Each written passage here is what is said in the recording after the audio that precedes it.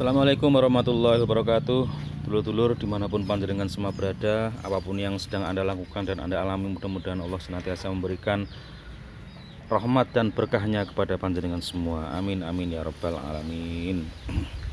Dulur, ini saya tiba-tiba kok kepikiran tentang dua hal yang sepertinya itu kebetulan, sepertinya itu nggak ada hubungannya tapi nyembung gitu ya. Entah ini kebetulan apa bukan, sehingga saya bikin thumbnailnya itu nanti Sambo dan Trisambodo, kok sama-sama ada sambonya gitu ya.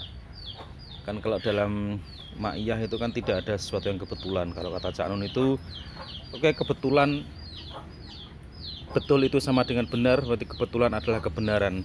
Ya mungkin orang itu mengira ini ilmu otak-atik gathuk, otak-atik matuk atau cocok logi ya, tetapi selama tidak dipaksakan ya tidak masalah. Artinya itu kita ambil sebagai hikmahnya.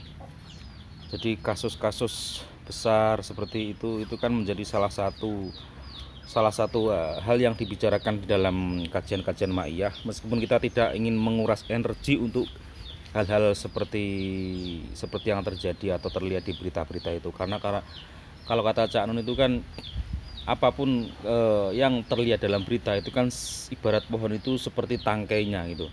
Jadi kalau kita terlalu reaktif kepada tangkainya, kita akan melupakan akarnya.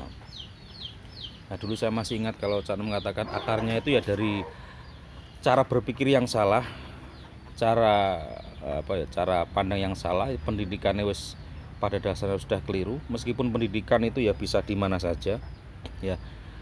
Kalau misalnya katakanlah kasus ini ya, Sambo dan Trisambodo seperti ini, kita kan bisa, kalau kita reaktif ya kita akan fokus kepada orang tersebut ya. Kalau dalam bahasanya Cak Nun, kasus seperti ini itu akibat atau sebab. Dia apakah akibat dari sebab yang lebih besar, ataukah dia itu kasus yang memang berdiri sendiri, independen, atau apa. Nah, kalau kita lihat misalnya ini si siapa, Pak Trisambodo ini kan secara tidak sengaja kan masyarakat kemudian menyoroti hartanya, kemudian urusannya nanti sama KPK, terus kemudian Pak Trisambodonya mengundurkan diri atau dicopot.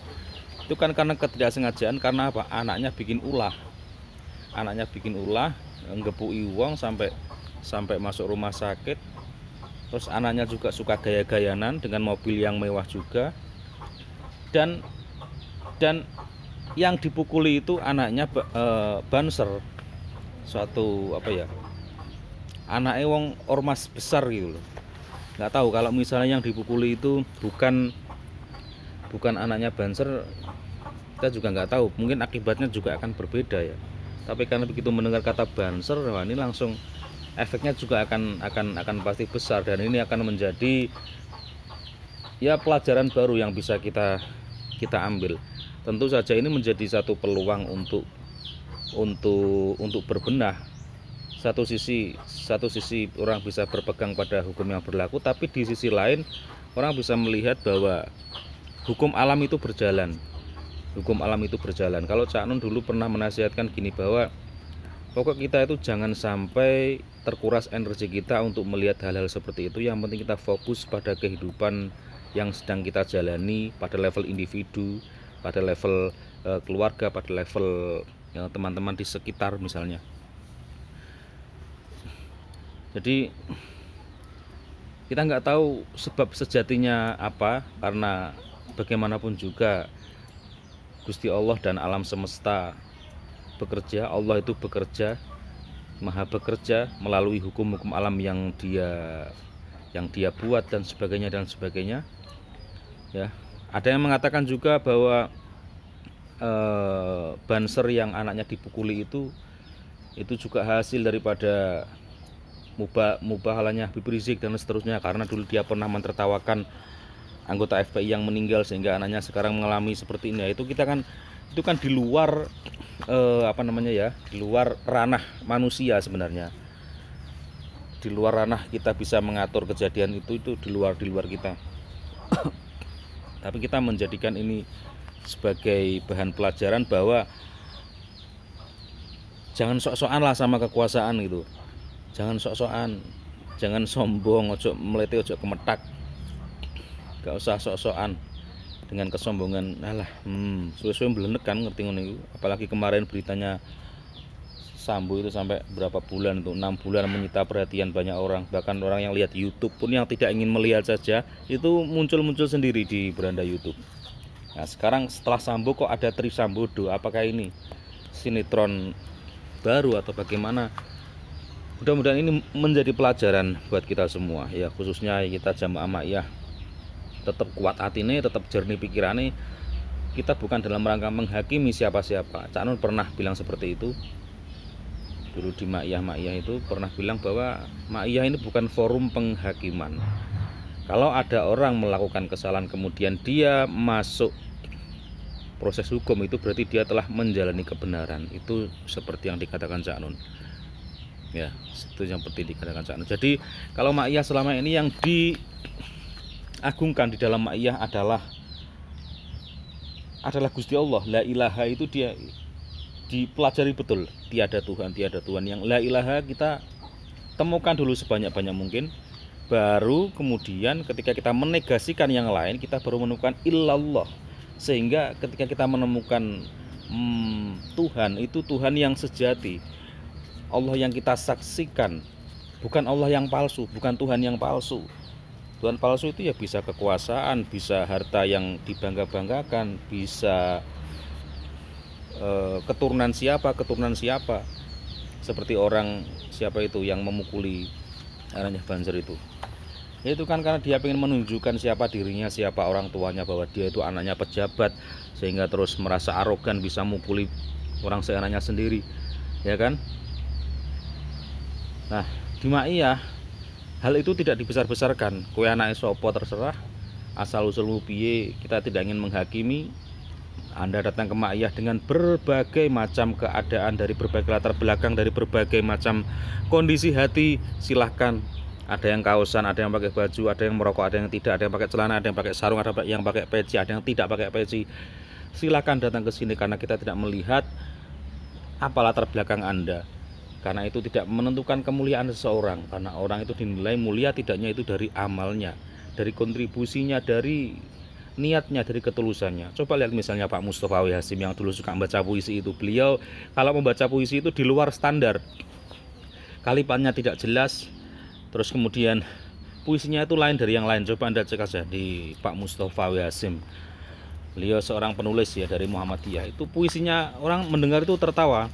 Kalau di publikasi secara umum ya, membaca puisi seperti beliau itu mungkin nggak akan diterima. Tapi di Ma'iyah itu diterima. Karena apa? Itu dianggap sebagai ketulusan seorang Mustafa, Bapak Mustofa W. Hasyim ketika membaca puisi ya, karena yang diterima di Ma'iyah itu bukan kegagahan, bukan keangkuhan, bukan kekuasaan.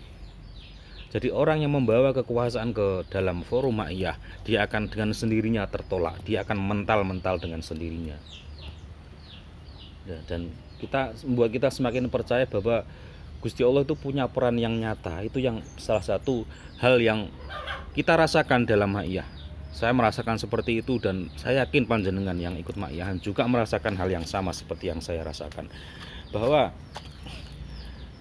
kebaikan itu di situ berguna gitu loh. Kebaikan itu bukan sesuatu yang sia-sia, bahwa kejernihan, ketulusan hati, keikhlasan orang dalam mengikuti proses-proses Ma'iyah, pengajian sampai jam 3 pagi, itu bukan hal yang sia-sia.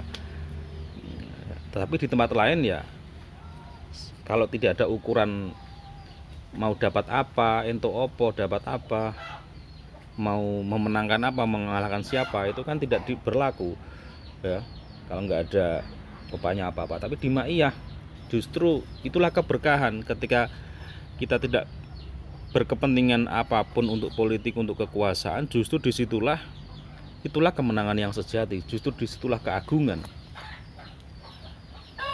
Kalau ditanya loh Ma'iyah kalau gitu nggak ikutan politik, nggak ikut berperan loh, justru itulah politik di atas politik. Politik di atas politik, politiknya sudah urusan bumi langit, bukan politik praktis yang mengalahkan dan memenangkan sesaat.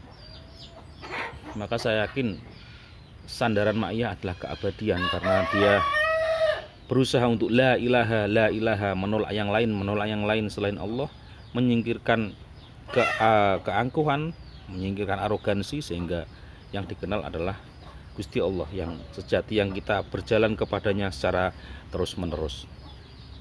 Maya tidak kagetan, tidak gumunan, ojo kagetan, ojo gumunan.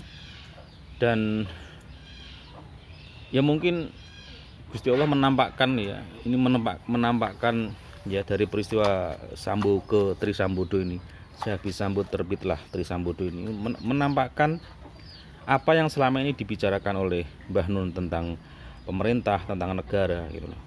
Bagi orang yang tidak tahu mungkin ya mengatakan alah Cak Nun itu kerjaannya apa kan gitu. Dan Cak Nun itu mengingatkan bangsa Indonesia. Jadi kalau Cak Nun ngomong apa saja tentang pemerintah, tentang negara, jangan marah dulu. Bisa jadi ketika nanti keadaan sebenarnya itu ditampakkan, ya, orang baru sadar, oh ternyata seperti itu yang dikatakan oleh Cak Nun. Faktanya seperti ini ternyata kan gitu. Makanya berluaslah dan berdalamlah dalam berilmu, luas dalam wawasan, dalam rasa. Ya. Seperti itu, mudah-mudahan bermanfaat. Ya. Mudah-mudahan panjenengan selalu sehat, selalu terlindungi, selalu mendapatkan keberkahan dan rahmat dari Allah Subhanahu wa taala. Assalamualaikum warahmatullahi wabarakatuh. Allahumma sholli ala Muhammad.